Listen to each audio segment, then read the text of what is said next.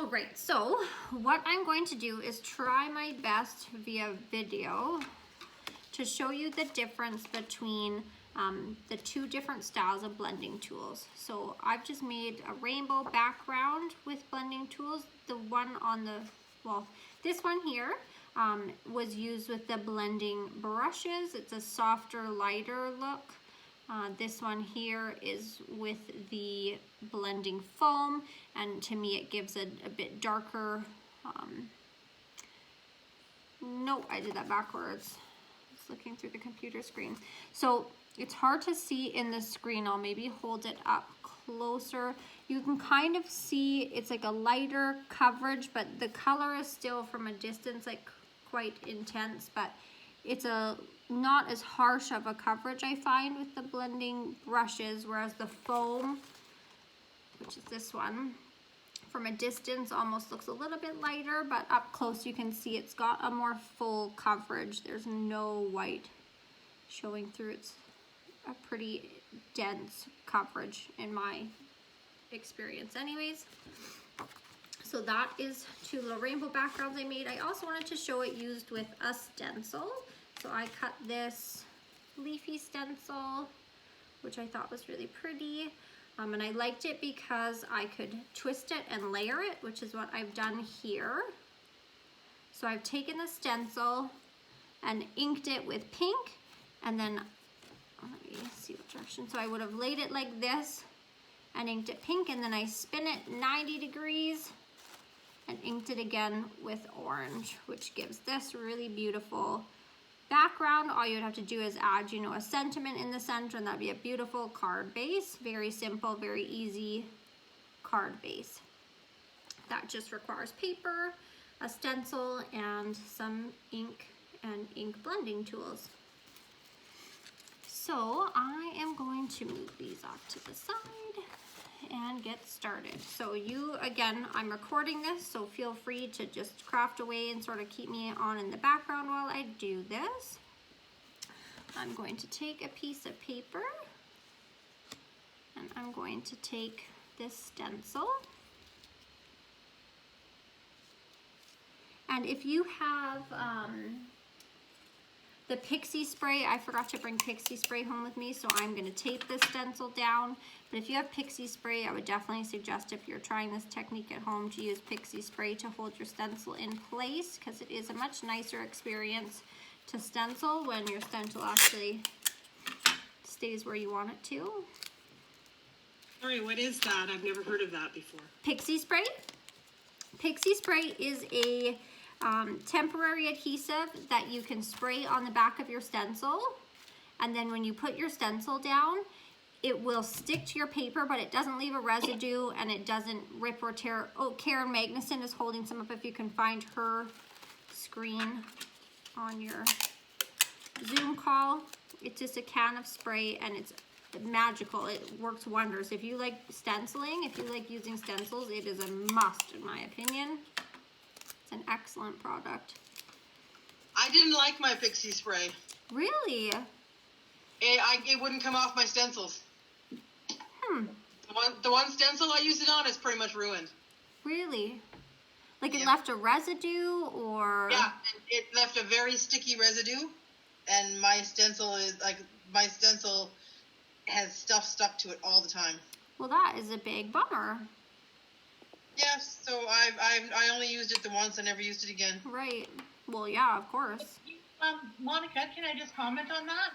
Yep. I use my Pixie spray quite a bit, but I spray from a fairly far distance, and I just give it a light misting, so maybe just too close and too much, maybe? Nope, I watched the instructions, and I did it exactly how they said. I barely used any. Huh, that's odd. Yeah, right. I use mine all the time, and I love it. Yeah. Well, no, just like I just said, I only tried it the once, and I've never used it again because I don't want to wreck another stencil. No, I don't blame you. So I read a couple of reviews, and I know a couple other people had issues with it too. So I don't know if I just got one from a bad batch or what. Maybe, yeah.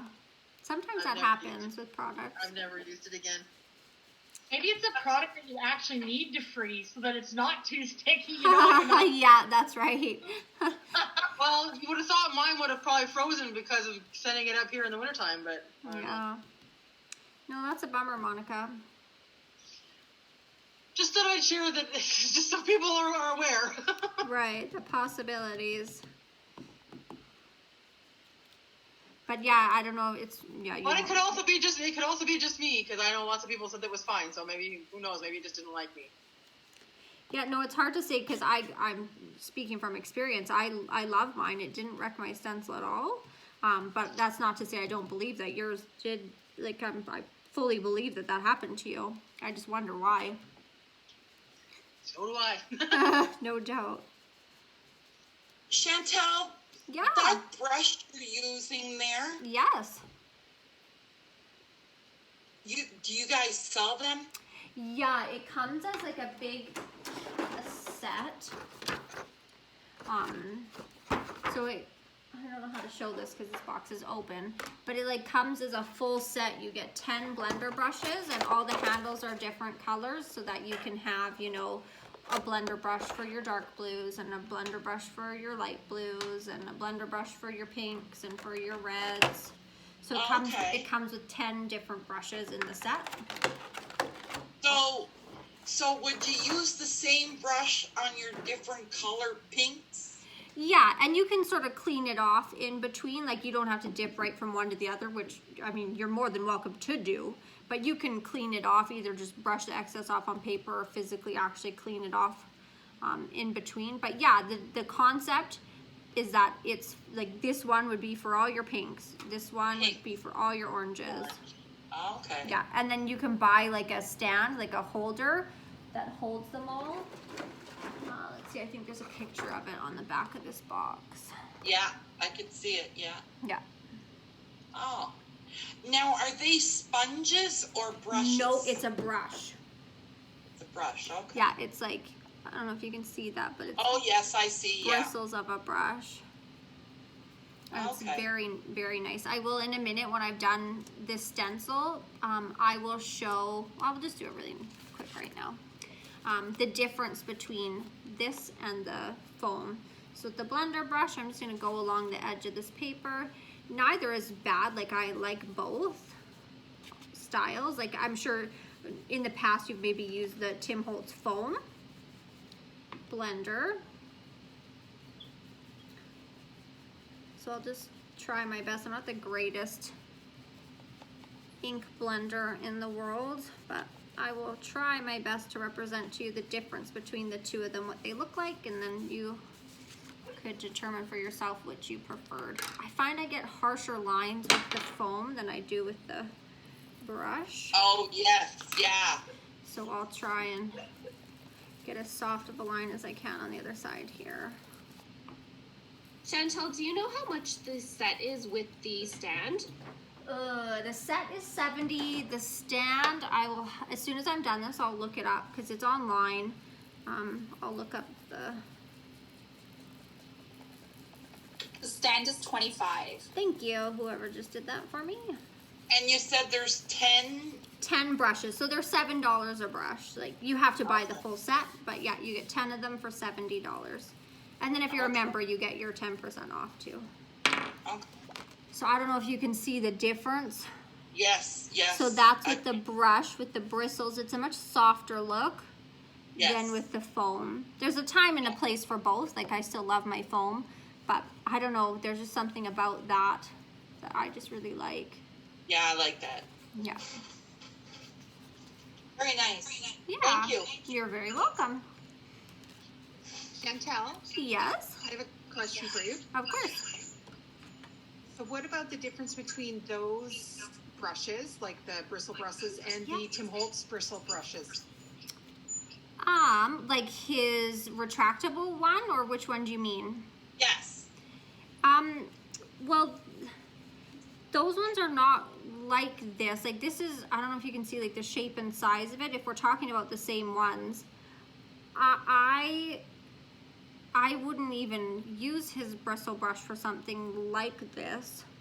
I don't know how you would get that same look. Like you're talking about the one in the silver canister that is, Yes. yeah. I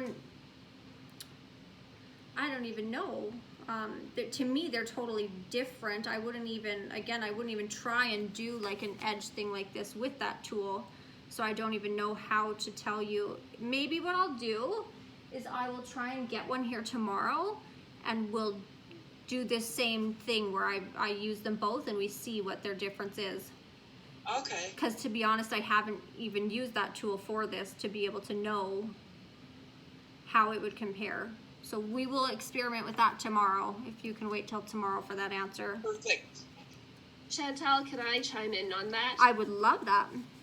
So I sometimes use my Tim Holtz brushes for blending, but it, like, because of the brush and because the brush bristles are kind of stiff and hard, Yeah, they're very coarse. it actually creates like bristle marks on your page. So if you're going for that look, then that works well. But if you're looking for like a smooth blend, then definitely probably the one Chantal's using is better. And also, I think Tim uses them for when he has stencils and they're kind of like, they have like fine details, because the bristles can get in between those details a bit better than like a foam blending tool would. So that's just what I've found with those. That was a great answer, Siobhan. Thank you. Yeah, because that is like for Tim Holtz, if you're comparing Tim Holtz products, the foam, that is a struggle with stencils that have itty bitty tiny details. It's very hard to get that in there. I find myself, because I mean, a few months ago, all I ever used was the foam for inking over stencils, and I would like have to push so hard to get into the tiny details. So that is a very good suggestion to use the bristle brush for that.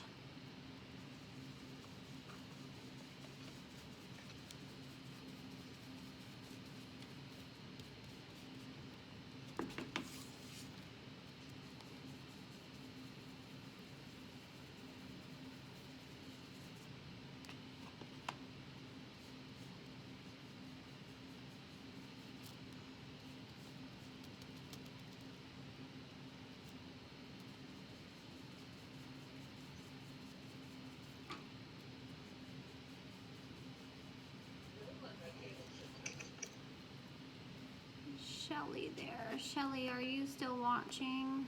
Gotta split my screen to find you. Oh, there you are, yeah.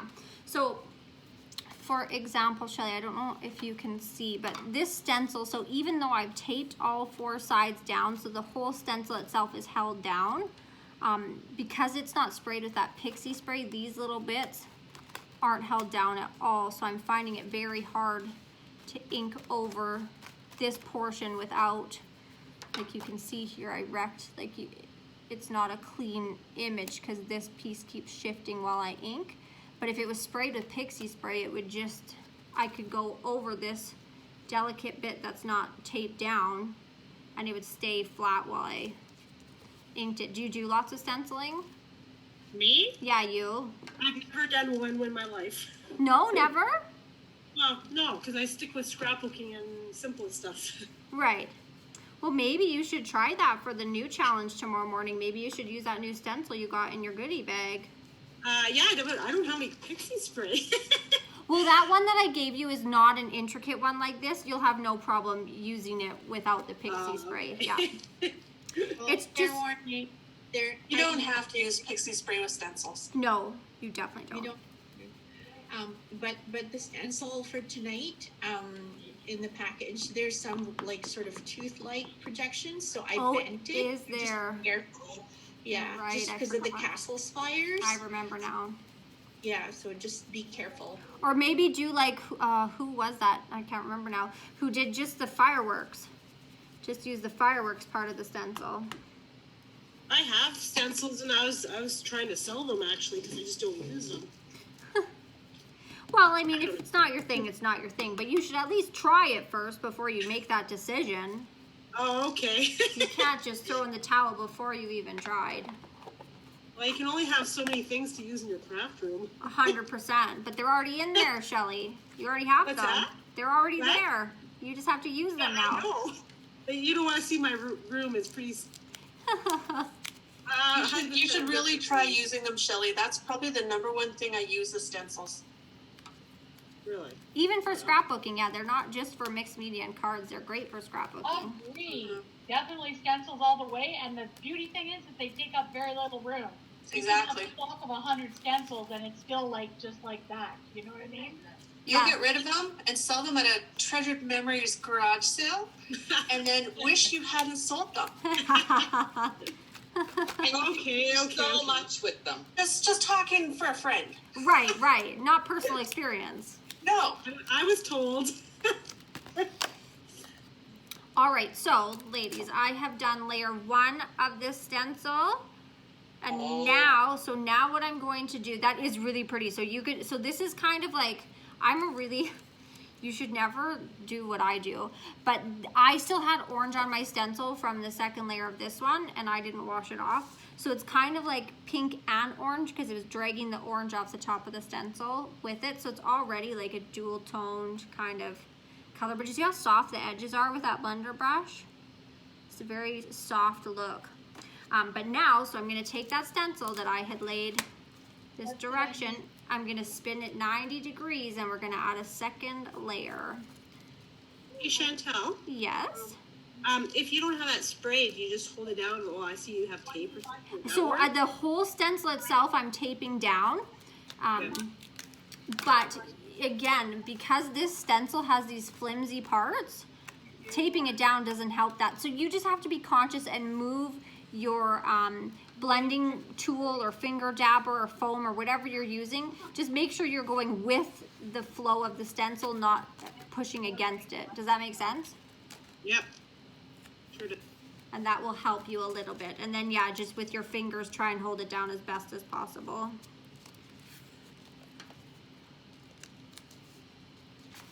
All right, maybe I'll pick a different color than orange this time. Maybe I'll do purple as my second color.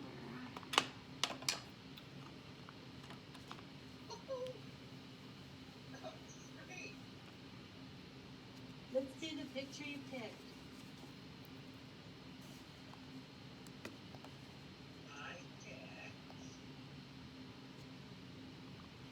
Elaine, I'm just noticing that your hand is up. Is your hand up because you want to ask a question and you're being really polite, or did you accidentally click on that? Is that your cat?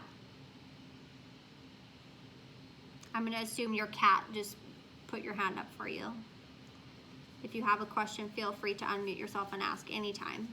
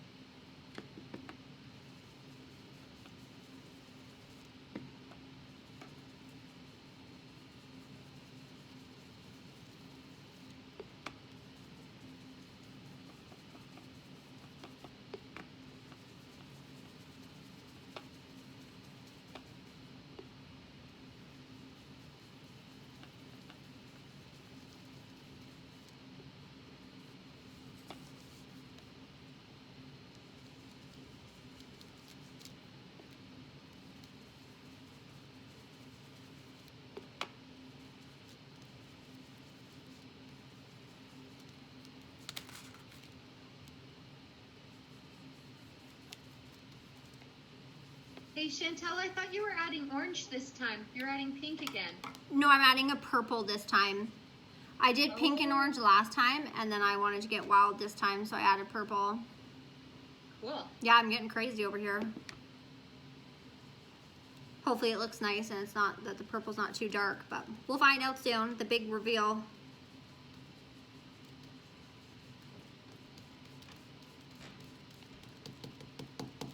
How you guys doing over there, Mama? You've been pretty quiet. We're awesome. Oh, good.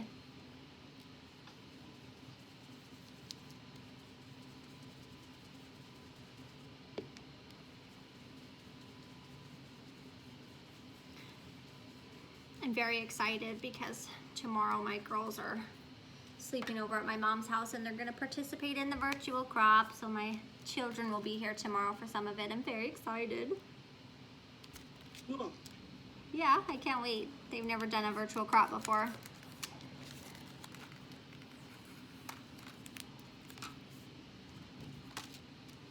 Nice, so that'll be good to see them. Yeah, it will be. I think they'll be excited to see everybody too.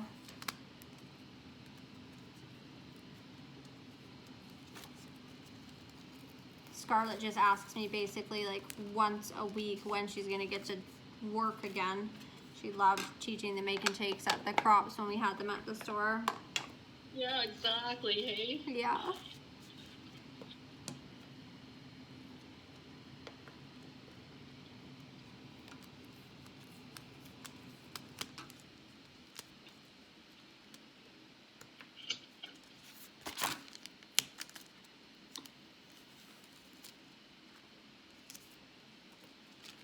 Oh, does anybody else's fingers get so dirty when we're inking and stenciling?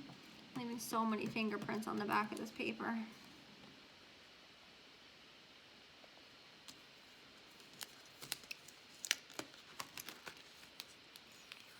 All right, so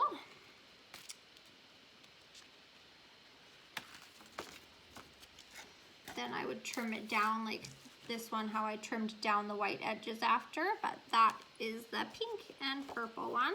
Turned out just as pretty, a little bit more intense. The colors are a bit darker, but still that nice soft finish, the nice gentle lines. And that is how you use the Tailored Expression blender brushes. I love that purple in there. Oh, it's pretty, hey? What a nice color. So the colors I used, in case anybody is curious, so that's this like rainbow of colors here. The pink is picked raspberry. The orange is carved pumpkin.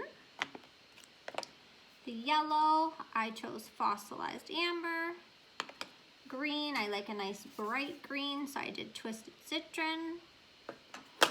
Blue, I went with salty ocean. And purple, I did seedless preserve. And then just one more time, I will show again the difference on edging, like inking the edges. This one here is the nice soft one with the blender brush. And this here is the sort of bolder, harsher lines with the blending foam. Again, both very nice. They have a place and a time, but it's just kind of nice to know what to expect, what kind of look and finish you're going to get when you go to do a job. So that is blending tools in a quick little nutshell. And I'm going to turn my recording off.